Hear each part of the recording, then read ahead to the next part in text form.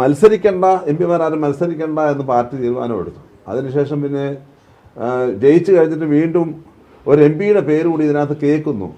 നല്ലതായിരിക്കും പാർട്ടി എടുക്കുന്ന തീരുമാനം. പക്ഷേ ജനം, ഞാൻ മുമ്പേ പറഞ്ഞ പോലെ ജനം ഒരു വിവേകമുള്ള ജനമായതുകൊണ്ട് ഇതിനെയൊക്കെ എങ്ങനെ കാണും എന്നുള്ളത് കുറച്ച് കഴിയുമ്പോഴേ നമുക്ക് മനസ്സിലാവുകയുള്ളൂ.